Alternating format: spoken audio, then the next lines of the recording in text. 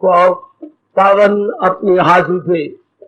कृष्णाय वासुदेवाय हरिये परमात्मने प्रय न क्लेश नाशाय गोविंदाय नमो नमः।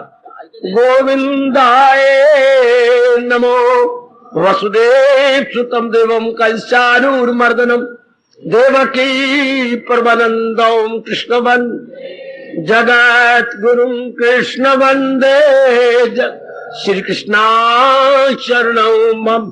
श्री कृष्णा शरणौ मम। श्री कृष्णा शरणौ। अभाग्यशालिनी कल्याण कामनी देवियों, बड़भागी गीता के पैरोकार मेरे सज्जनों, भगवान जी की दिव्य प्रेरणा के फलस्वरूप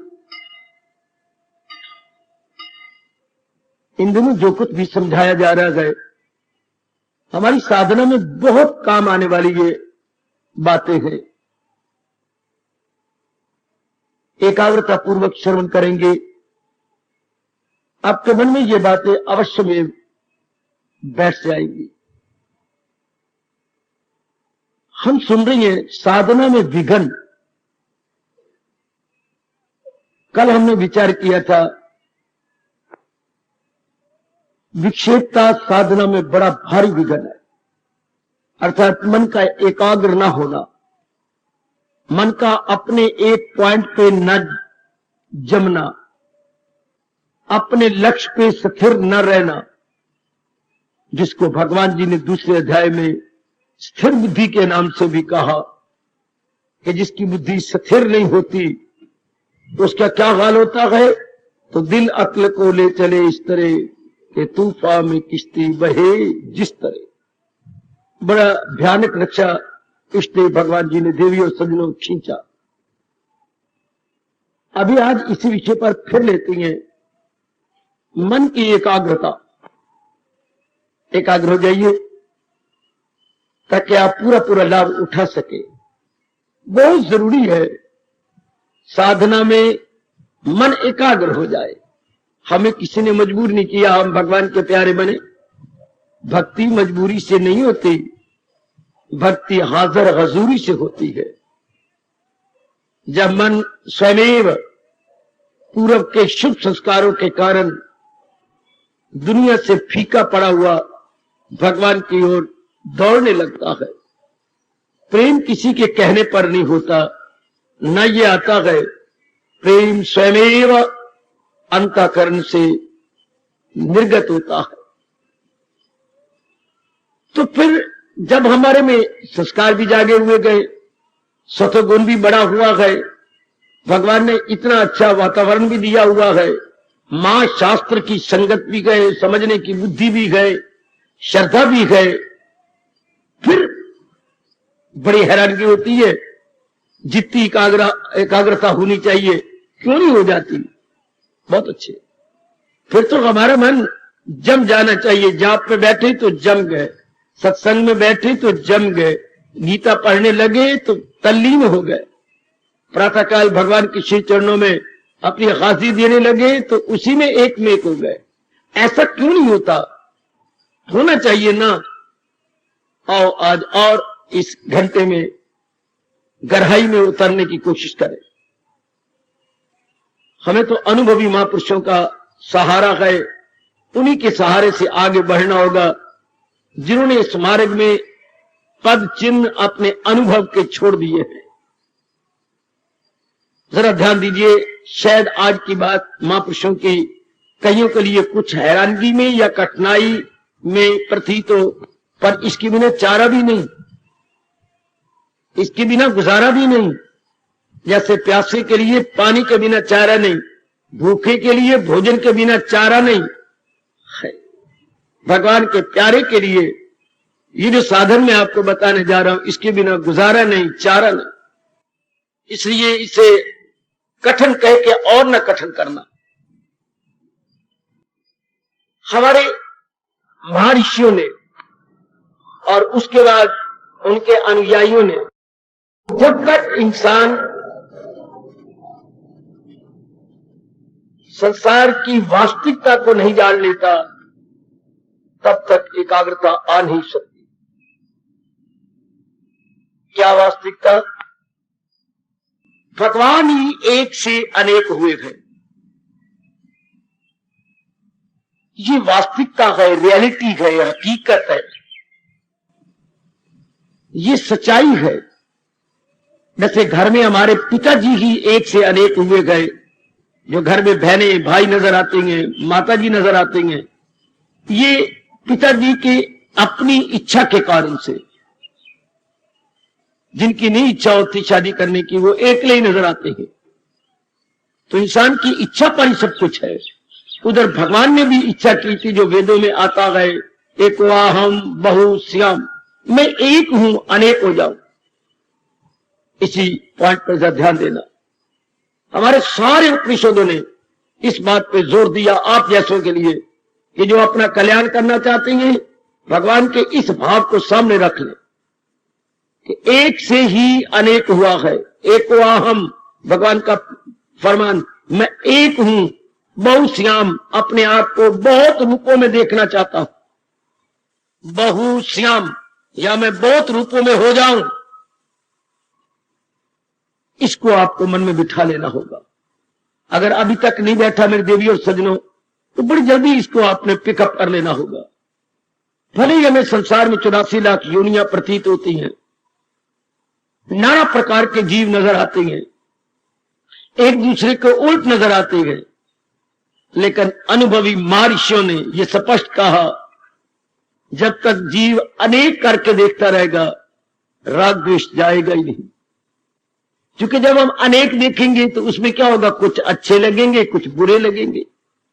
जब अनेक देखेंगे, कुछ अपने अनुकूल पाएंगे, कुछ प्रतिकूल पाएंगे। जो अनुकूल पाएंगे उनके साथ प्रेम होगा, जो अपने उल्ट पाएंगे उनके साथ द्वेष हो जाएगा। मन तो एकाग्र ना हुआ। मन एकाग्र होता है जब ये भाव बैठ जाए, सुनर्जन नहीं कुछ भी।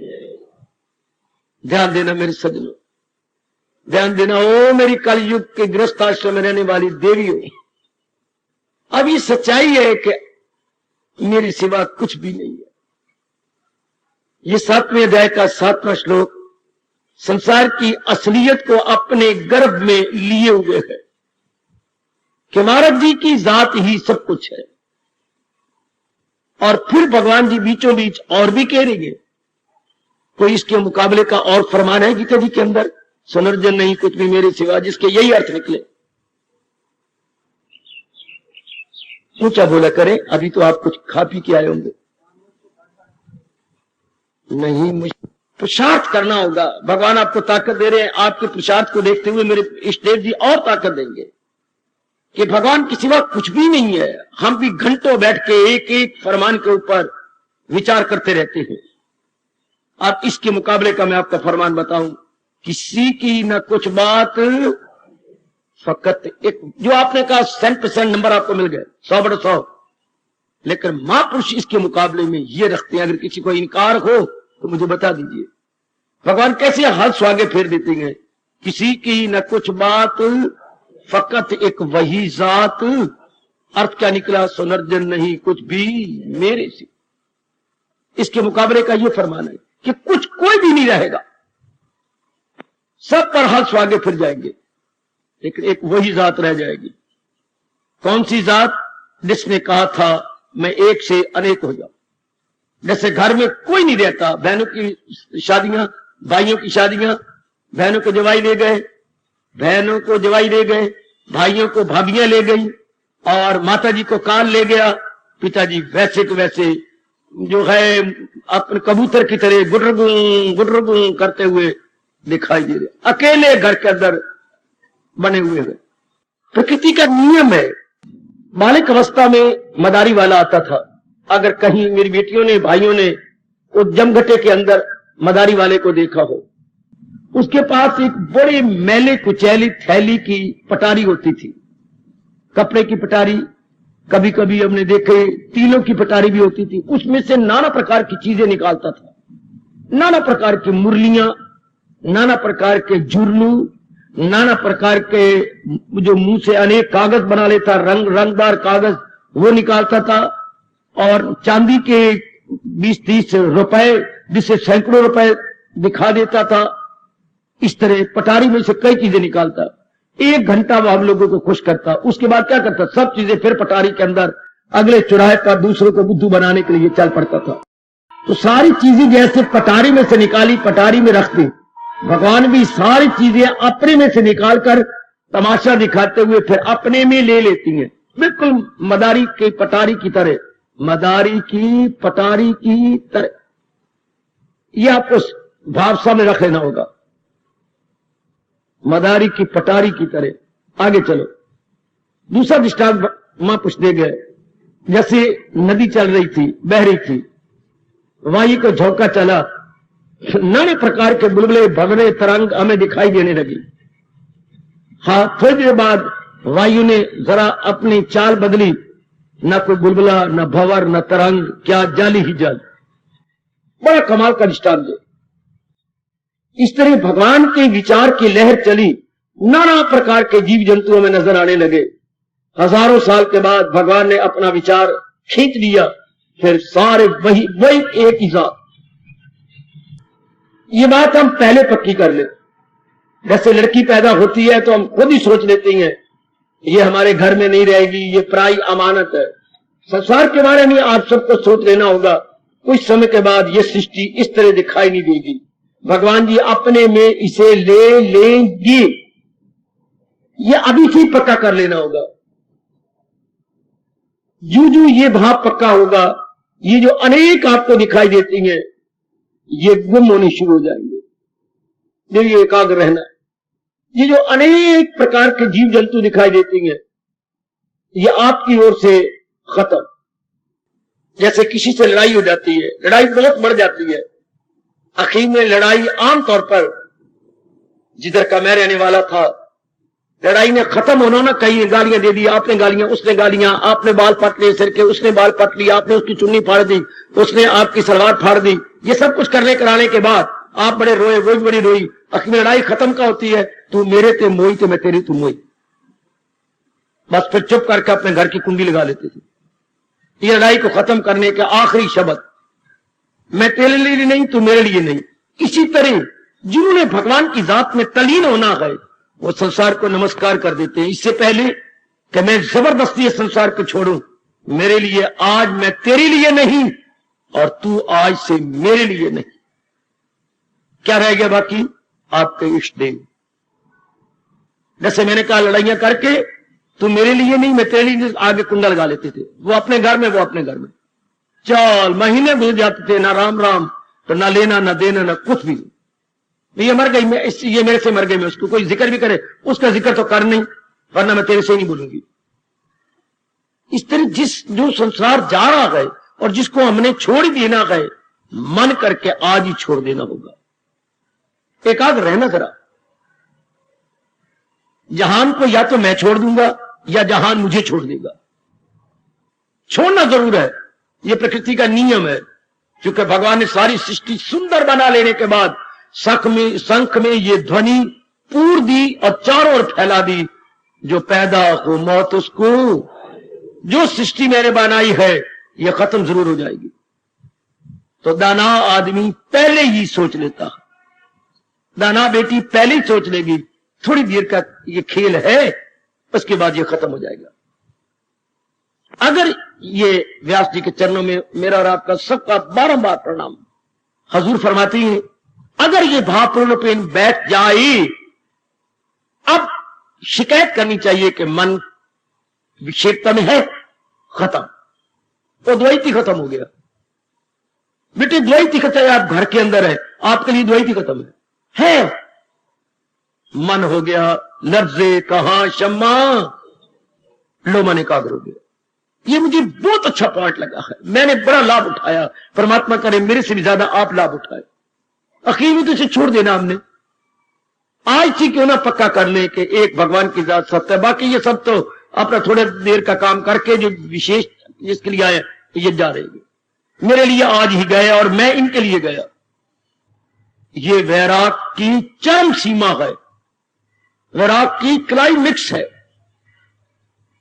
द्वैत खत्म, बिल्कुल बिल्कुल खत्म। एक भगवान जी ही मेरे सत्य है। अभी तो चीजें जा रही है धीरे धीरे करके। आए दिन आपको सुनाई देता वो गया वो गया वो गया, एक्सीडेंट हो गया, मर गया, वैसा हो गया वैसा हो गया, आए दिन।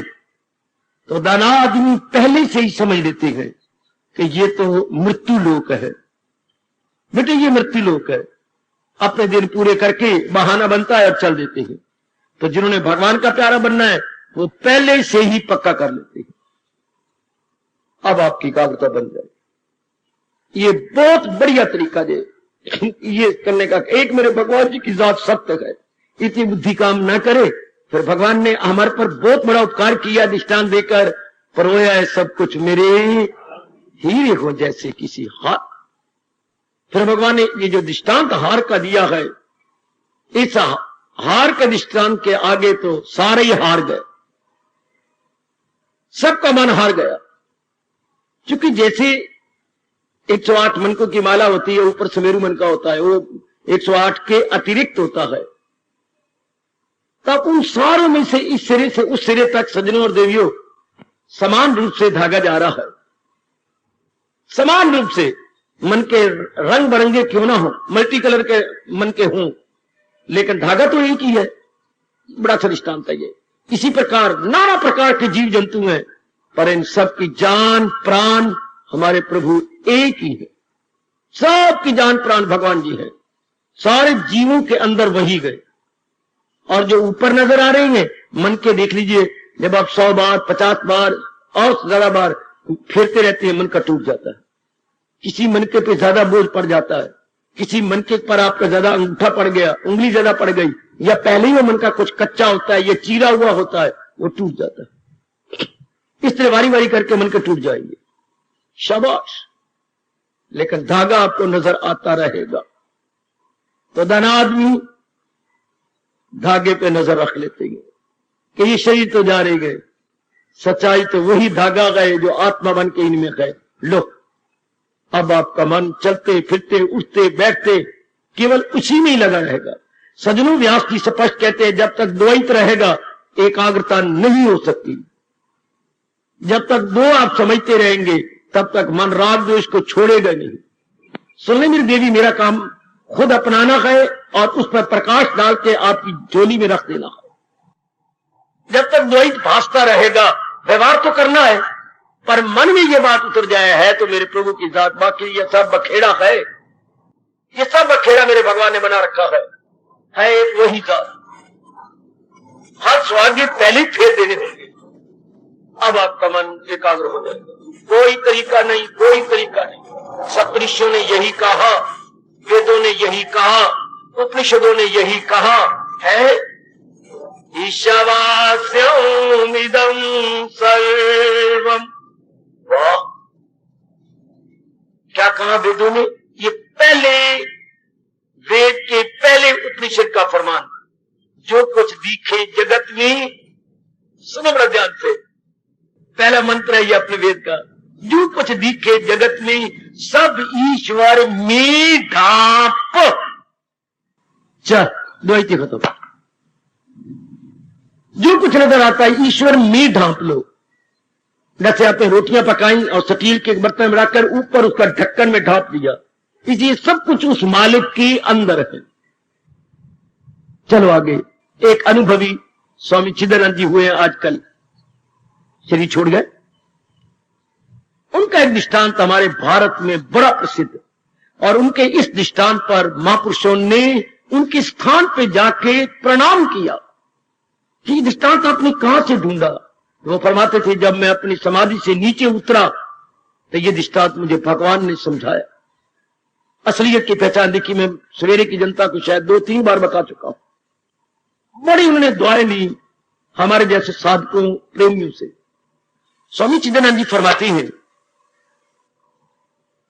कि आप जिन्होंने ध्यान लगाना है या संसार की असलियत जाननी है, ये दृष्टांत वो कभी ना भूले। अगर आपको ये अच्छा लगे तो मैं ये समझा देता हूं स्वामी जी के दृष्टांत। अपनी आंखों के सामने एक बहुत बड़ा टब रखिए, बहुत बड़ा टब, जितना आप टब बड़ा रख सकते हैं, जो आम मिलते हैं, ये नहीं, इसे 4, 5, 6, 10 गुना बड़ा। चलो आपने रख लिया, इसको लबालब पानी से भर दीजिए, लबालब ऊपर के किनारे तक सूदी भर गया। इसमें 12 कटोरियां डाल दीजिए, स्टील की एक ही साइज की। 12 गिलास डाल दीजिए, 12 गडवियां डाल दीजिए। डाल दिया आपने, बहुत कमाल का रिश्ता। अब लबालब पानी से वो इतना बड़ा टब भरा हुआ है, इसमें हमने नाना प्रकार के बर्तन डाले गए। तो अब आप बोलेंगे ये जो गिलास डाली थी सारे पानी से भरे पड़े गए, ये कौलियां डाली थी ये भी पानी से भरी हुई है, ये जो लोटे डाले थे ये भी पानी से भरे पड़े गए। ठीक, अच्छा जो उनके अंदर पानी, हाँ स्टाइल कितना अच्छा है। आप भी मेरे साथ रस लीजिए। ये हम क्या कह रहे हैं, सारे गिलासों में पानी है, सारी कटोरियों में पानी है, सारी गडवियों में पानी है। हाँ, ये हम क्या बोल रहे हैं। चिदानंद जी कहते हैं कमले क्या ये टब के पानी से अलग है? क्या पानी से भरे हुए टब में ये नहीं है? तो ये सिर्फ जबान का चढ़ावा मात्र है ना क्या, कि कटोरी में पानी है, गिलास में पानी है, गडवी में पानी है, सिर्फ जबान का चढ़ावा मात्र। वरना है क्या, पानी से टब भरपूर है और सारा पानी टब वाला है। इस तरह सर्वव्यापी भगवान क्या ज्योतिष रूप में समाये हुए गए, उनमें हम गडवियों और बाल्टियों की तरह रहते हैं। हाय हाय हाय हाय हाय, बहुत कमाल का दृष्टांत। जितना आप सोचेंगे आप आश्चर्य कर उठेंगे। भगवान जी क्या कह रहे हैं 13वें अध्याय में, वो जात जो आला नूर है, जो तारीकियों से बहुत दूर है। और भगवान नूर रूप में, दिव्य ज्योति रूप में सर्वव्यापी है। तो 84 लाख योनियां उस टब में गिलास कटोरियों की तरह, वो एक छोटे रूप में समाज स्केल में दृष्टांत है, और भगवान का दृष्टांत लार्ज स्केल पर है, व्यापक रूप में है। अगर आप ऐसा ले लेंगे तो दुनिया की असलियत जानी गई। स्वामी जी का बहुत बड़ा उपकार है ये, ऐसा दृष्टांत किसी ने दिया था, यहां तक कि ऋषि भी ऐसा दृष्टांत नहीं दे गए। ये उनकी अपनी सूझबूझ है। अगर इस पर बार बार आप विचार करें, जैसे विचार करना चाहिए, संसार और भगवान की असलियत आपको समझ आ जाएगी। और कहेंगे तो ये तो कहने की बातें गए, क्या 84 लाख योनियां, दरिंदे पिंदे त्रिंदे इंसान शैतान, कहने की बातें है। वरना टब का पानी पानी है। जैसे मैंने कहा ना, कटोरियां वाला पानी, गिलास वाला पानी, लोटे वाला पानी, कहने की बातें है। तो क्या टब के पानी से अलग है? नहीं, टब के अंदर ही सारा कुछ है। तो फिर टबी का पानी सत्य हुआ। इसलिए ये कहने की बात है 84 लाख योनियां, वरना सर्वव्यापी नूर के अंदर ही सब है। थोड़ी देर रहती है, चले जाती है, नए आ जाते हैं उसी नूर के अंदर, फिर वो चले जाते हैं, उससे फिर और नए आ जाते हैं, और नए जाती है। वो नूर ज्यों का त्यों, सियाने आदमी फिर उस परमात्मा में मन लगाते हैं, रूपों की तरफ रहते हुए भी नहीं लगा। अब आपका मन जम जाएगा, अब आपका मन एकाग्र होगा। ये इतनी गहरी उतर जाएगी बात, कुछ भी काम कीजिए ऊपरले मन से करेंगे। अब आप दिल से कोई काम नहीं करेंगे, दिल आपका भगवान में लगा रहेगा। और भगवान की वो शर्त चुटकियां मार के आप पूरा करेंगे, तन काम में मन रहे ध्यान। एकाग्रता के लिए ये नुक्ता बहुत ही अच्छा है। अगर आप जल्दी अपने अंतःकरण में रख ले, संसार और भगवान क्या है, जैसे पानी से भरे हुए टब में गिलास भरे हुए हों या कटोरियां भरी हुई, ये सब संसार के नाना प्रकार के रूप भगवान जी में है, सब भगवान जी के अंदर है। कितने होशियार है भगवान जी। कभी तो कहते हैं वही साथ जिससे खुदाई हुई, जो सारे जहां पे गए छाई हुई, कभी 9वें अध्याय में बिल्कुल मुकर जाते हैं। ये उन्होंने उस अवस्था में बताया है जब सारे खत्म हो जाते हैं भगवान के बनाए हुए।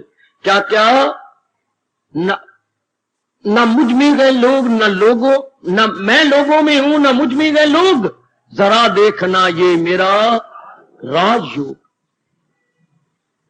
उस अवस्था में कहा कोई मेरे में नहीं है, मेरा राजयोग देखिए, कोई मेरे नहीं, मैं ही अपने आप में चारों ओर समाया हुआ।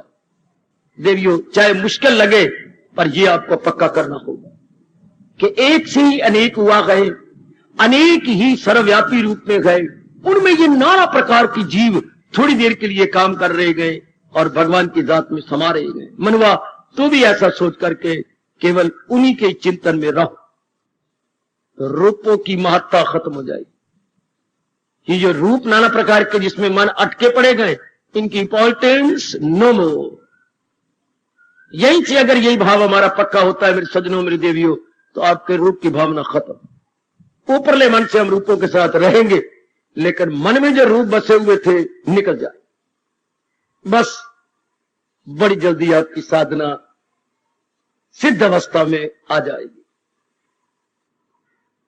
बस ये अनेक उड़ाइए, ये इस दृष्टांत द्वारा या भगवान के इस फरमान द्वारा, वासुदेवा सर्वमति, वो जाने कि सब कुछ है, जाने जहां। ये भी बड़े गजब का फरमान, ये बहुत कमाल का फरमान जो आप मौके पर याद नहीं आया आपको। वो जाने कि सब कुछ है, जाने जहां। वो जाने जहां को समझ लेता है कि है तो वही, बाकी तो जा रही है जो चीज। और इधर साई बुल्ले शाह को देखो, बोला कहता भाई मैं तो जाता हूं, हाँ बस एक ही बात कहता हूं, जो आए जाए टिके नहीं। ठीक है, जो चीज आए और फिर चली जाए टिके ना। यह दलील देखिए क्या कमाल की, आए जाए टिके नहीं, ताने कौन दानिश्चित। जो दाना आदमी होगा आने जाने वाली चीज में मन नहीं लगाएगा। जो गधे और कुत्ते की तरह गंदे इंसान तमोगुनी रजोगुनी है, वो इन्हीं में मन लगा के जलील होती हैं, खराब होती हैं, बर्बाद होती हैं। आए जाए टिके नहीं, ताने कौन दानिश्चित लाइए। बहुत सुंदर फरमाया, दलील देखी कितनी सुंदर है। जो वस्तु आने और जाने वाली हो, दाना दिल नहीं लगाएगा। आप भी जरा अपने आप को समझा लो देवियों, कि संसार में भले ही हमें अनेक नजर आते हैं और अनेकों का स्वभाव अलग अलग है, लेकिन है तो मेरी वही मेरे कृष्ण की जात, है तो मेरी मालिक की जात। हमें कल्याण करने वाले, कल्याण चाहने वाले, हम कल्याण करके रहना चाहते हैं, कल्याण करके इस जहान से जाना चाहते हैं। आम की तरह नहीं, जैसे आम मर रहे गए।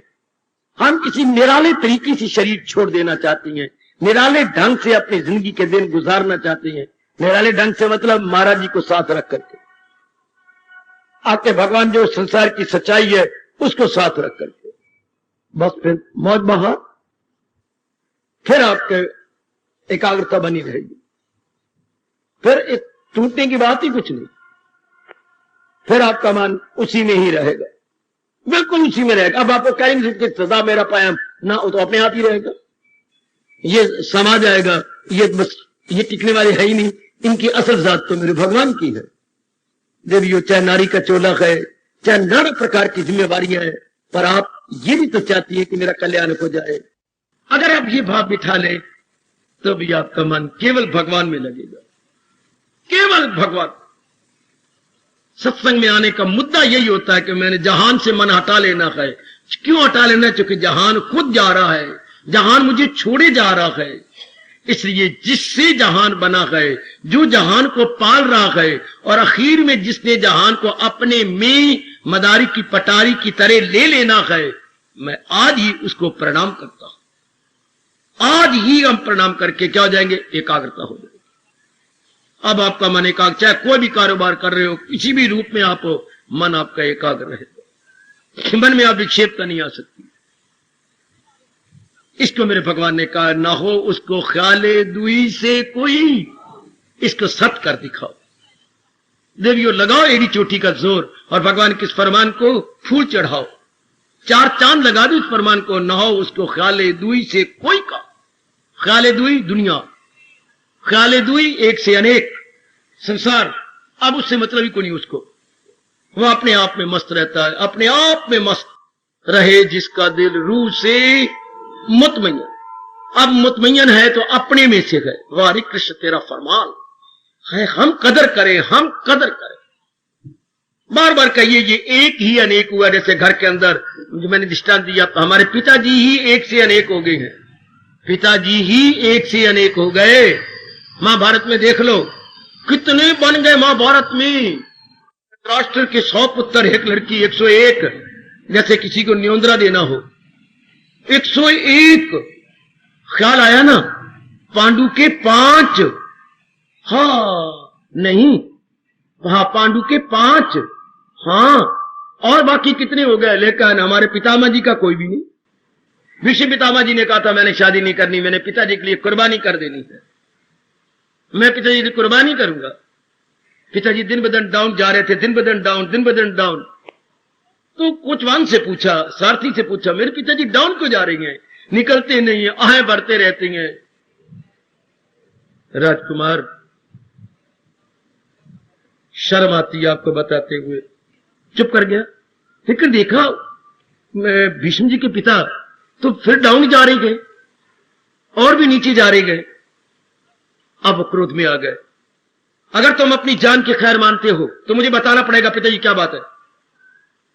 जरूर राजकुमार, अब अगर ये कहती हो तो अवश्य। एक दिन इन्होंने मुझे कहा कि नदी के किनारे ले चल, मैं सैर करने जाऊंगा। तो फिर तो मैं इनको ले गया। वहां जब नदी किनारे गए तो मल्लाह की लड़की, नावक की लड़की, वो पर यात्रियों को इस पार उस पार ले जाया करती थी। तो इन्होंने देखा और थी वो बहुत ही सुंदर। तो आपके पिताजी का मन उन पे आ गया, उनके एक नावक की लड़की पर। हां, फिर क्या हुआ राजकुमार, मुझे संकोच होता है, मैं कहता हूं बोलो। फिर उन्होंने जाके नाव में बैठ गए। नावक की लड़की ने कहा कहां ले चलूं, परले पार। तो नावक की लड़की उन्हें परले पार ले गई। उतरिए, आपका किनारा आ गया। नहीं, मुझे आप जहां से लाया उसी किनारे ले चलो। फिर वो उसी किनारे लेके आई। आपका किनारा आ गया, आप उतर जाओ। नहीं, मुझे फिर वापस ले चलो जहां से लाई थी। इस तरह 3-4 बार इधर से उधर, सीधे से उधर किया। और फिर शर्म आती है, क्या कहूं, क्यों, बोलो। उन्होंने कुछ अपना प्रेम प्रकट किया। तो मैं तो अपने पिता के अधीन हूं, अगर आप महाराजा हैं तो मेरे अहोभाग्य गए, पर मेरे पिताजी से आज्ञा ले लो। तो फिर ये पास ही झोंपड़ी थी, आपके पिताजी वहां गए। तो फिर क्या हुआ, फिर उन्होंने कहा मेरे बड़े अच्छे भाग्य, हम कहां और आप कहां, आप इतने बड़े राजा गए। हां, शांत नहीं।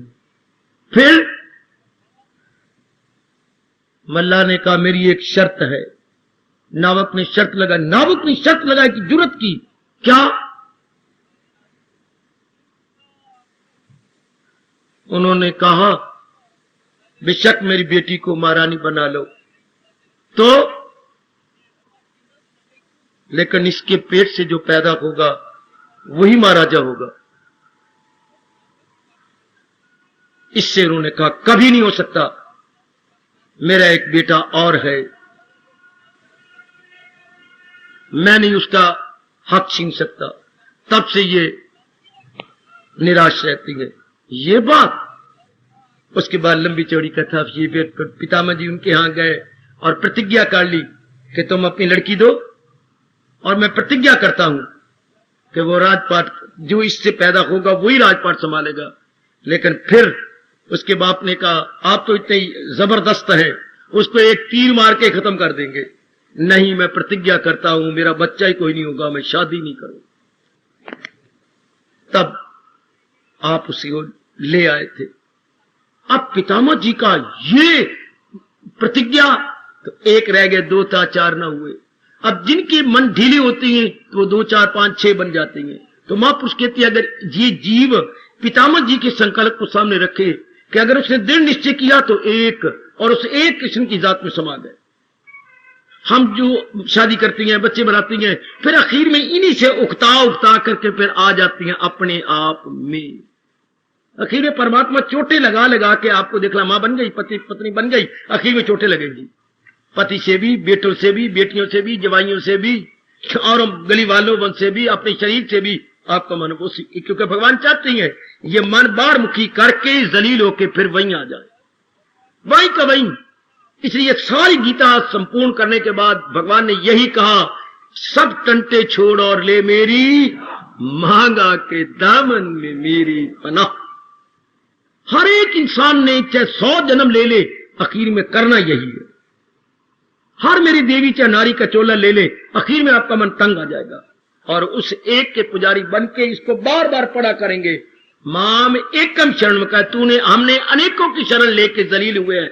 भगवान कहते हैं अब तू उस एक की शरण ले जो क्या, जो इस संसार की जड़ है। इस संसार की जड़ तो परमात्मा। जिसने इस बात को जान लिया, मन उसका जम गया भगवान के अंदर कि ये तो कहने की बातें हैं जो अनेक है, अनेक दिखाई दे रही है, लेकिन थोड़ी देर के बाद ये चले जाएंगे। ऐसे जमा ली मेरी बेटी गुरु महाराज जी कृपा से, इष्टदेव महाराज जी कृपा से, जिसे हमने जमा लिया है। भगवान करे मेरे इस अनुभव का आप पर भी प्रभाव पड़े, आप भी उस एक को जमा लो।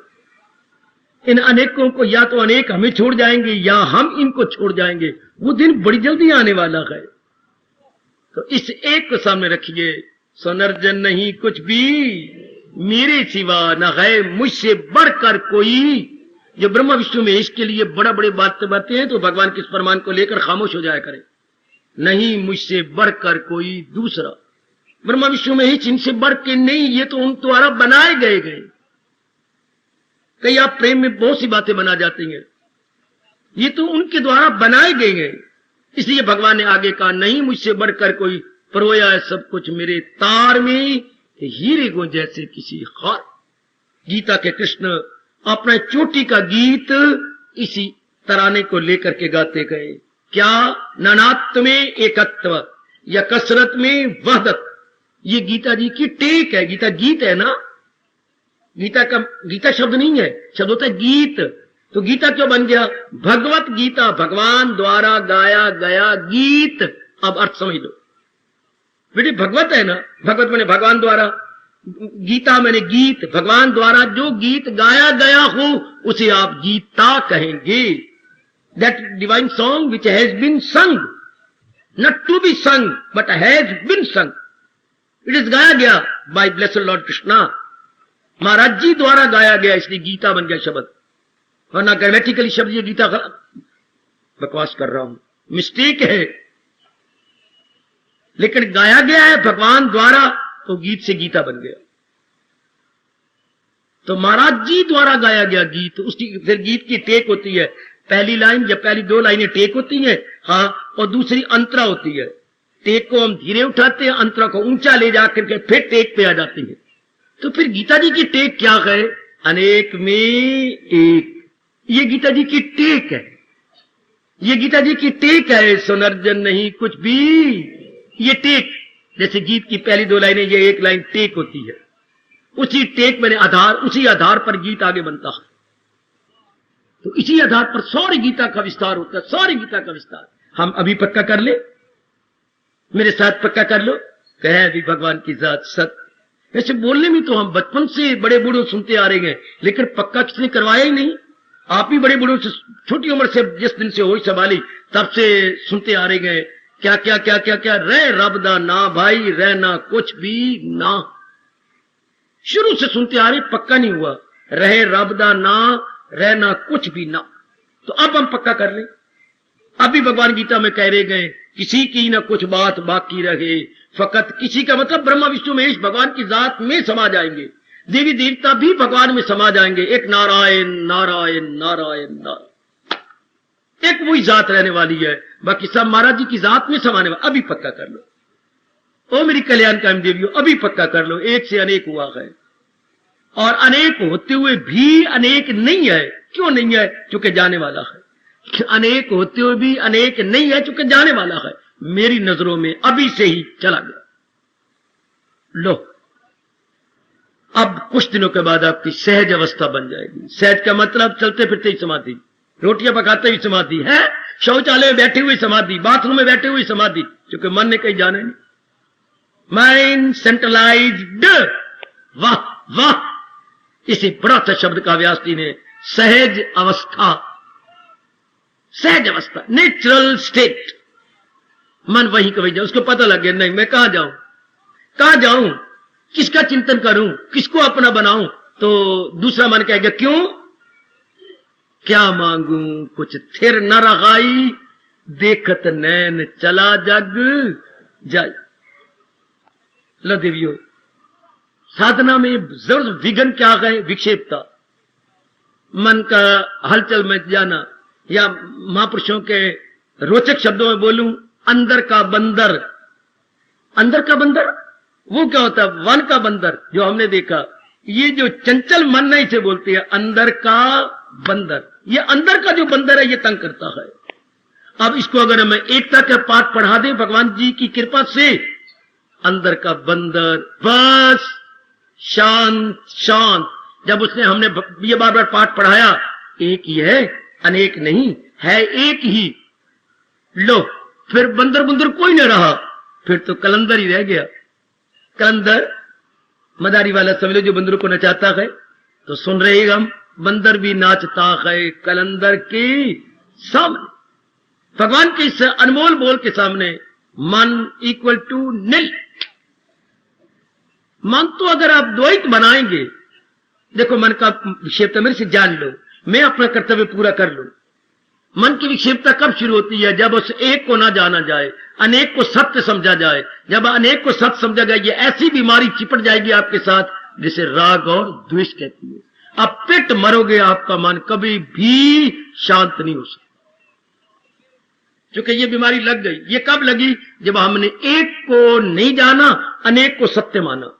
अनेक को सत्य मानेंगे तो कोई आपको अच्छा लगेगा, कोई नहीं अच्छा लगेगा। बिल्कुल आपके अपने पेट के बच्चा, कोई अच्छा लगेगा, कोई नहीं अच्छा। आपके अपने पेट का है, गैर का नहीं है। आप 3 लड़कियां हैं, हाँ बड़ी अच्छी लगती है, पिछली 2 क्या है? आप कहते हैं पिछली 2 तो भुने हुए उबले हुए आलू की तरह गए, हालांकि आपके अपने पेट की है। मेरा जो बड़ा लड़का है वो बहुत अच्छा है, और बाकी क्या है? बाकी गोलगप्पे हैं। ऐसे ही है ना, ऐसे गड़बड़ घर में मची पड़ी है। ले, आपके अपने बच्चे आपको पसंद नहीं आते, देख लीजिए अपने अंदर ही। तो अगर तो आप अनेक बनाए रखेंगे, आपसे इस जन्म में साधना, मुझे क्षमा कर देना, व्यास गद्दी है, मैंने कदर करनी है इस गद्दी की, नहीं पूरी होगी। फिर आप ये अच्छा अरमान लेके मर जाएंगे। लोग संसारी अरमान लेके मरती हैं, आप ये अच्छा अरमान लेके मरेंगे। फिर देखो चक्कर, वो हो वरना ऐसे घराने का लाल। फिर चक्कर पड़ गया, फिर किसी योगी के यहां पैदा होंगे, फिर उनसे साधना, कितना लंबा चक्कर, कितना लंबा गेड़ा पड़ गया। ये 99 का फेर मेरे पुत्र, पता नहीं आपने सुना 99 का फेर के नहीं, ये 99 का चक्कर है। तो अगर उस 99 के चक्कर में नहीं पड़ना, या वो कहते हैं जाए उस सिद्धों की दुनिया में जाए मदाम, फिर ऊपर के लोक में भगवान कृष्ण कहते हैं अपनी साधना को पूरा करेगा। अगर नहीं तो फिर अभी से मन को समझा ले, मनवा अभी पक्का कर ले कि अनेक नहीं है। अनेक नजर तो आता है, पर नजर आता हुआ भी काल की ओर जा रहा है।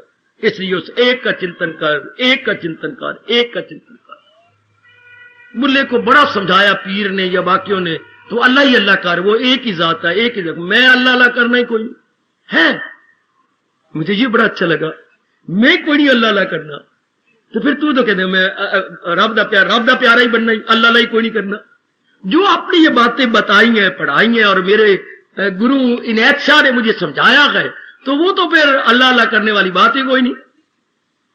तो फिर सिर सड़ा अपना अगर नहीं करता था ना कर, फिर तू की जपेगा? मैं तो फिर यही जपूंगा, तू ही तू, तू ही तू, तू ही तू, तू ही।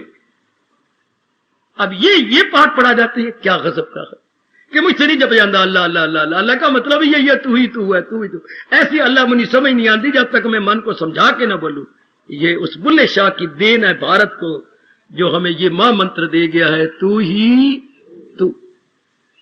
न तो जित वाल देखा तित वाल तू, तू ही तू, तू ही तू, तू तेरी जात है मेरे मालिक। द्वैत तो मिटाना पड़ेगा, क्योंकि द्वैत है नहीं, नजर आता है। लेकिन थोड़ी देर जैसे हम आए गए, महाराज जी की कल्याणकारिणी वाणी सुनी और चल दिए। इस तरह सारे जीव जंतु आए गए, विशेष प्रकार का शुभ अशुभ काम करेंगे, चल देंगे। फिर हम इनका क्या चिंतन करें जो चल देंगे? दाना कहां इससे खुश काम है।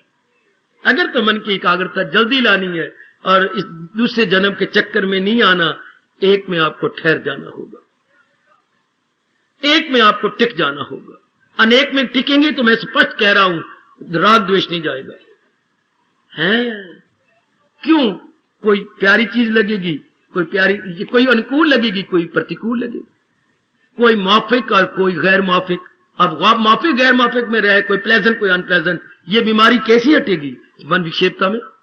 घर के अंदर देख लो, पिताजी ज्यादा अच्छे लगते होंगे, माँ काम, जब माँ ज्यादा अच्छी लगेगी पिताजी काम। घर के अंदर देख लो ना, और अगर समझे ये सब बखेड़ा है तो मेरे मालिक का ही तमाशा, अब ना किसी से राग ना द्वेष, नो अट्रैक्शन नो रिपल्शन, कोई रगबत नहीं कोई नफरत नहीं। लो अब सिमरन करो अटंक, अटंक को क्या प्रमाण लगाओ, कहीं जाएगा नहीं, क्योंकि असलियत जानी गई बेटी, असलियत पहचानी गई, अब आपका मन बिल्कुल शांत। साधना में सबसे बड़ा विघ्न क्या है? विक्षेपता, हलचल, मन का टिकना ना, जिसको अर्जुन ने कितना अच्छा रोक के कहा था, आपने मुझे योग, बड़ा चोटी का योग समझाया और उस योग का फल भी बताया, लेकिन ये तो करना है मन ने, तो मन तो मेरा न काबू में आए किसी हाल में, जैसे हवा बंद होती नहीं जाल में, ये तो जिद्दी है मुंह जोर सर्कस से दिल न काबू, ये तो मारा चंचल है चंचल है चंचल है दिल, तो कौन योग कमाएगा? फिर भगवान ने कहा कोई बात नहीं है, अभ्यास और वैराग में कमाल, दिला जाए काबू में। अब ये जो बात मैंने बताई इसका अभ्यास कीजिए, इससे वैराग पैदा हो जाएगा। वैराग का मतलब द्वैत से मन हट जाएगा। वैराग का मतलब जो दो दो नजर आती सी चीजें, इससे मन उपराम हो जाएगा, इंटायरली इंडिफरेंट। दूसरे शब्दों में, जिनके साथ हमारा बहुत उठना बैठा खाना पीना लेना देना था, उस अपने संसार से मन हट जाए। मौत बाहर, शरीर छोड़ के भी हटना था, अब शरीर रहते हुए आपने अभ्यास कर लिया। इसी हाल में मौत आए, अगर इसी अवस्था में मौत आई तो फिर वो जीव भगवान की जात में समा जाता है। सोचा करो, आजकल के विषय बड़े इनकलाबी है, बहुत ही आपके लिए लाभकारी और क्रांतिकारी है। आप इसकी गहराई में उतर जाओ, वरना नहीं एकाग्रता आनी, मैं स्पष्ट कह रहा हूं। आयु तो खत्म होती जा रही है दिन प्रतिदिन, फिर पूर्ण एकाग्रता तब आएगी जब द्वैत पर हल स्वागे फेर दे, बिल्कुल हल स्वागे, ये रहे हमारे मन में ना रहे। ये तो चक्कर कटते रहेंगे, बनते रहेंगे, ये तो होता रहेगा, कोई देवता नजर आएगा, कोई राक्षस होगा, पर रहे, पर जात तो एक ही है। जिसने, मैंने उस दिन भी कहा था, जिसने फूल बनाया है उसने उसके चारों तरफ कांटे भी बनाए हैं, जी हां। जिसने देवता बनाए गए, राक्षस बनाने वाला भी कोई और नहीं, राक्षस बनाने वाला भी वही जात है, वही जात जिसने देवता बनाए। अब आपका मन टिक जाएगा, बिल्कुल टिक जाएगा। अगर जल्दी जल्दी मन टिकाना है मेरी माताओं, मेरी बेटियों, बुजुर्गों और मेरे धार्मिक भाइयों, तो द्वैत को उड़ा दो कि वही मेरे प्रभु एक से अनेक हुए गए, और जो अनेक हुए गए उनके लिए विशेष एक काम है, और उस विशेष काम को पूरा करने के लिए विशेष आयु भगवान ने दी है, उतने समय में पूरा करके ये चले जाएंगे। बस अब आपका मन इनमें नहीं लगेगा, अब आपका मन नहीं टिकेगा। वरना अगर आप द्वैत बनाए रहे, संसार को सच्चा समझते रहे, रूपों को सच्चा समझते रहे, तो मैंने अभी अभी क्लियर किया, राग द्वेष नहीं जाएगा। राग द्वेष नहीं जाएगा तो विक्षेपता, इससे फिर मन सत्संग में भी नहीं लगेगा, जाप में भी नहीं लगेगा, नींद भी ज्यादा आया करेगी, है सुस्ती भी आएगी, है तो संसार में समय कटेगा, एकांत में बैठने का दिल नहीं करेगा अगर आप राग द्वेष में लगे रहे। इसके लिए भगवान भी नाराज होंगे, और वो सर्द आ भर चुके हैं गीता के अंदर। इसी में तो अर्जुन ये खलकत तमाम परागंदा रहती है, यूं सुबह सारी जनता अगर किसी दल दल में धसी पड़ी है तो राग द्वेष की दल दल। और सारी गीता के अंदर एक ही बार भगवान ने हमें चोट मारी है, अगर वो चोट आपने ले ली है और आपको हरी है वो चोट, तो जो हो अक्ल आजाद। भगवान ये चाहते थे सजनों, मेरे से भी यही चाहती हैं, क्योंकि हम सब कल्याणकामी हैं, आपसे भी मेरे इष्ट देव जी यही आशा रखती हैं। जो हो अक्ल आजाद जंजाल से, क्या होगा, निकल जाए तू मोह के, फिर क्या होगा, सुनी बात से भी करे इतराज, रहे अनसुनी से भी तू बेच। फिर जो संसार संबंधी बातें हमने सुनी थी भूल जाएंगे, नई बातें सुनने का बिल्कुल जी नहीं चाहेगा। गया राग द्वेष, जब असलियत की पहचान की तो क्या हुआ, जहां मोई सोनी वहीं मोया माहीवाल, जहां मोया राग वहीं मोया द्वेष। जहां सोनी डूबी माईवाल भी वहीं डूब गया था, बिल्कुल। तो जहां राग मरेगा द्वेष भी वहीं छलांग मार के मर जाएगा। सोनी के बिना माईवाल नहीं और माईवाल के बिना सोनी नहीं। राग के बिना द्वेष नहीं रह सकता। अगर राग को आपने मार दिया तो द्वेष देयर एंड देन नो मोर। आज जाकर विचार करना समय निकाल के, लमलेट होने से पहले यानी सोने से पहले चौकड़ी लगा करके विचार करना कि आज प्रभु ने क्या प्रसंग चलाया। क्या इस साधना में, कल्याण में सबसे बड़ी बाधा है विक्षेपता, tossing of the mind, wavering of the mind. How to control, द्वैत को खत्म किया जाए। कैसे? भगवान के फरमान पर विश्वास करते हुए कि सुनर्जन नहीं कुछ भी। हार्दिक धन्यवाद, हार्दिक आशीर्वाद। अब अपनी शहंशाह की आज आरती बड़े प्रेम और श्रद्धा से उतारे।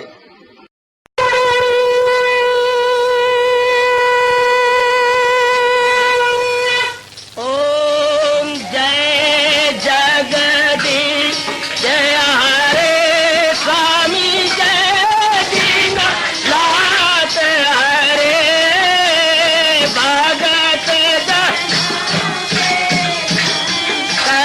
दास जनों के अवगुण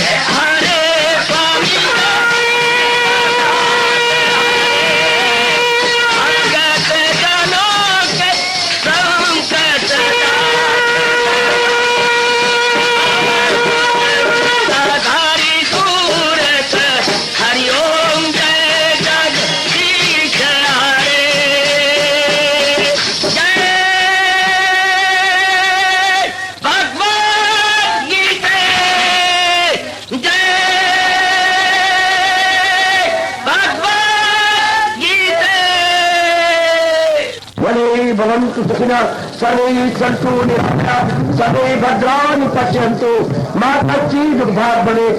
हरि ओम शांति शांति शांति। ओम प्रभु इसलिए भगवान कृष्ण की जगत गुरु भगवान कृष्ण महाराज की सफल करना इसलिए हार्दिक धन्यवाद।